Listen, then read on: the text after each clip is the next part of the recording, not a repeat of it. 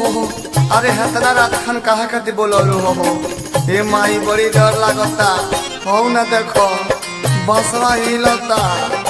बताओ रो तो बड़ू हतना रात खन रो तो का बात बा ओहो गला मिल के ना गले मत मिलो अब तेरा हाथ में अंगूठी सगाई के लौकता हम तरह से ना बतिया बोला बोला बलू हो काहे गोरी हो तनी दोना बताए बोला बोला बलू हो काहे गोरी हो तनी दोना बताए डर लगता बे पूरा लोग देख सो गई अब न होई मिलन बा जुदाई हो गईल अब करो बतारू जब तहर सगाई हो गईल अब करो बतारू जब तहर सगाई हो गईल देखो तू ढेर रो बतारू और रो मत देखो छुओ मत हमरा के हट हमरा से दूर हट अब तू गोर धर का कुछ हो धर के रोबू तो हम तरह के माफ ना करे काहे से तू दोसर के हो गइलू जौना जगह पर हम हाथ लगनी वो दोसर के हाथ लागी हो अब तू बहुत ज्यादा रोत देख तू रोत तो हमरो रोवे मन हो गइल बा अबे तेरा मुड़िया पर लोर फेंक दे हम घर मुड़ी दहा जेबू बालाजी रिकॉर्डिंग स्टूडियो जादवपुर माई बाप खातिर तू छोड़ दिहलो हमके पिया संग जागोरी मां जली हो जम के आए हाय माई बाप खातिर तू छोड़ दिहलो हमके पिया घर जाके गोरी मां जली हो जम के जब जब देखतानी तोहके गोरी हो बड़ी आवतारो आई हाँ जब जब देखतानी तोहके गोरी हो बड़ी आवतारो आई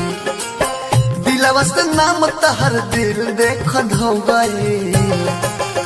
अब ना होई जो अब ना होई मिलन बा जुदाई हो गई अब का बतार जब तोहर सगाई हो गई अब का बतार बोलना सगाई हो गई देखो धोखा दे के इंग्लिश बोलत रू कहत रू आई एम सॉरी ने को पूछत के और चाहिए बहुत बेवफा बारू तू बताओ लेकिन एगो बात याद रखियो जातर ससुर त हमार चिन्ह कोई भूलैबू ना तू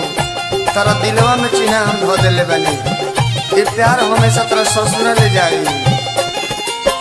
दिलवा में प्यार तोरा रही सब दिना भूल नहीं पैबू यार के वो चिन्ह दिलवा में प्यार तारा रही सब दिना भूल नहीं पैबू यार के वो चिन्ह अपन बना के गोरी हो खत जात बारू पराए हो अपन बना के गोरी हो खे जात बारू पराए ससुरों में याद पर यार आके रो गई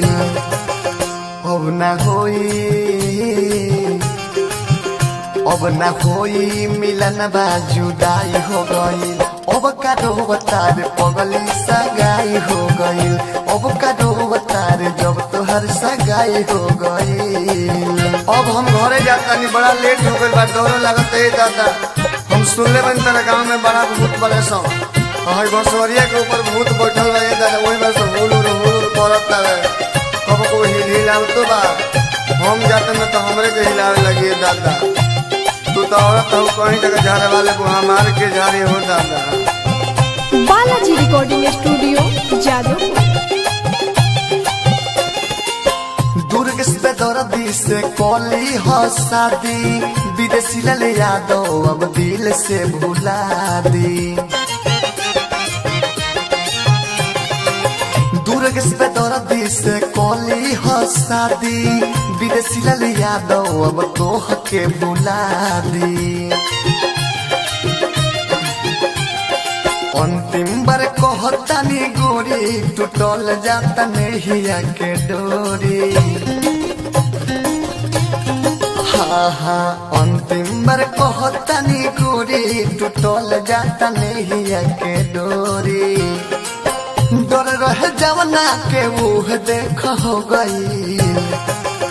नाही होई मिलन